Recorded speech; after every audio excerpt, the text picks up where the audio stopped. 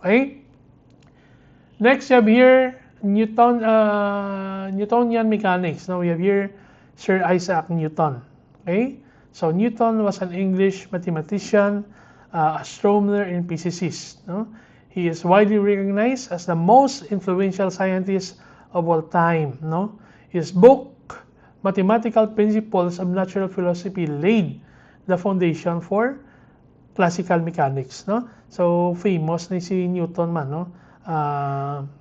Sa pag-experiment about sa gravity, no? So ang inubra niya, no, nagkuha sa sang duha ka bola, no, isa ka dako kay isa ka gamay, kag ginhulog sa may Tower of Pisa, no? So then based, no, sa iyang experiment, dungan hulog, no? So buti lingon constant ang aton nga gravity, no? Mamakot ka certain nga sir ang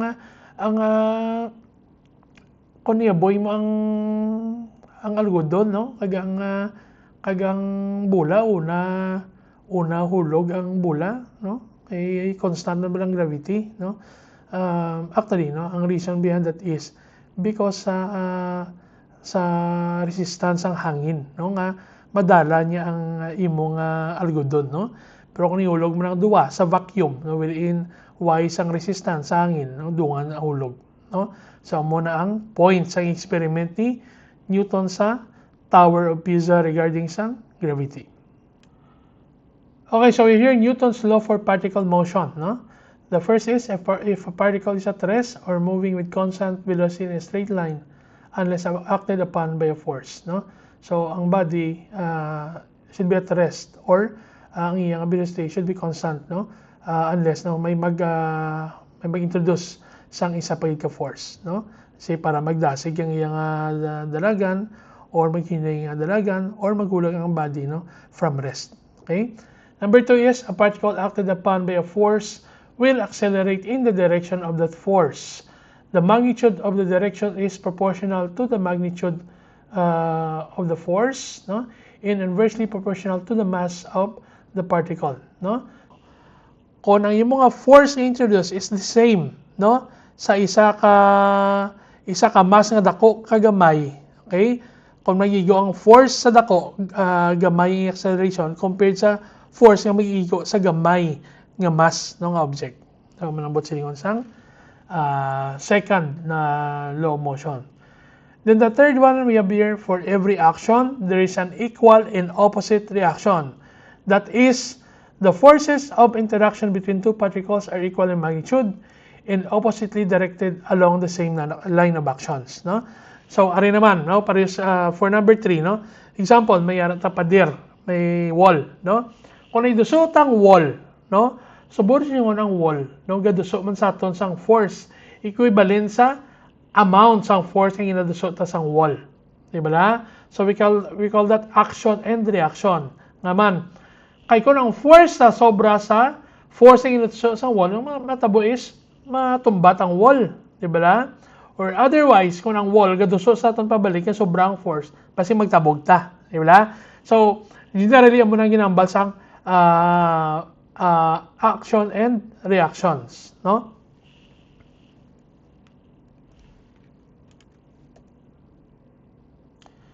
Next, yung units and dimensions, no, importante ni kay bisan units, no, nabudlayan yung estudyante, no, so dapat ani, no, sa high school pa lang na-discuss na ni insakto kag Mayo, no? So dire gasulod ang isa ka pinaka-challenging nga part kung maglabot ng estudyante, no, sa college nga hindi ni ma-discuss Mayo or hindi maintindihan Mayo ang units, no? So units, we have standard measurement, we have kilograms, meter, and second. Dimension refers to the type of measurement regardless of the units used. No, example, mass, no? Length, okay? Time. No? So mass, no, pwede ni siya nga kilograms, pwede siya nga pounds, ounce, diba? Length naman, pwede man inches, feet, meters, no? Time, you have hours, seconds, year, months, etc. No? So regardless, no, kung namulan na yung ginambal, no, butsing yung dimension na. Okay? For this course, no, we will use both the SI and English unit. SI for metric, no? Medyo ang aton di sa Pilipinas, no? ang aton nga measurement.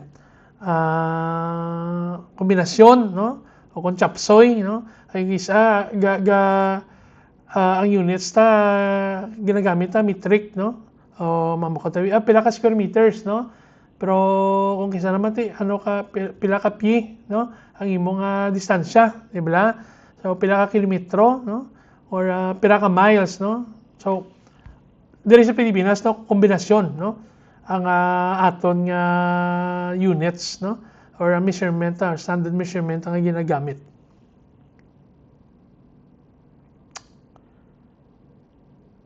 Next, you have here mass, force, and weight. If a force F acts on a particle of mass m, Newton's second law states that F equals mass times acceleration, no? Where A or F equals m times A, where A is your acceleration of the particle. The unit of force in SI system is Newton. Newton is a force that accelerates 1 kilogram mass at the rate of 1 meters per second squared. No? So ang 1 Newton equivalent niya is 1 kilogram multiplied by the acceleration of 1 meter per second squared. No? So that is your unit of force, no? In metric Newton.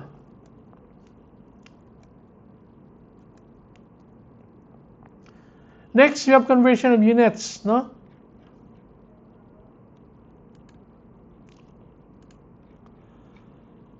A convenient method for converting a measurement is to another is to multiply its conversion factor, no? Ari pagid, no? Isa pa gini ka problema, no? Or issue sa mga estudyante nga naglabot sa engineering, no? Nga hindi kabalo sa conversion factor, no? Supposedly dapat, no? Kung nara ka na sa college, hindi na pag-discuss liwat sa inyo nga mistro, no? Kung review na lang, di ba? Kung review sa natunan nyo sa high school, no? Problema hindi review, no? View, no? View, kung kayo iban bago lang kabalo, no?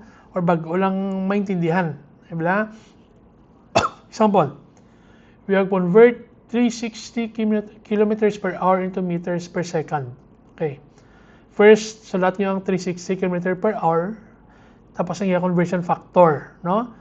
So, conversion sa 1 kilometer is 1,000 meters, no?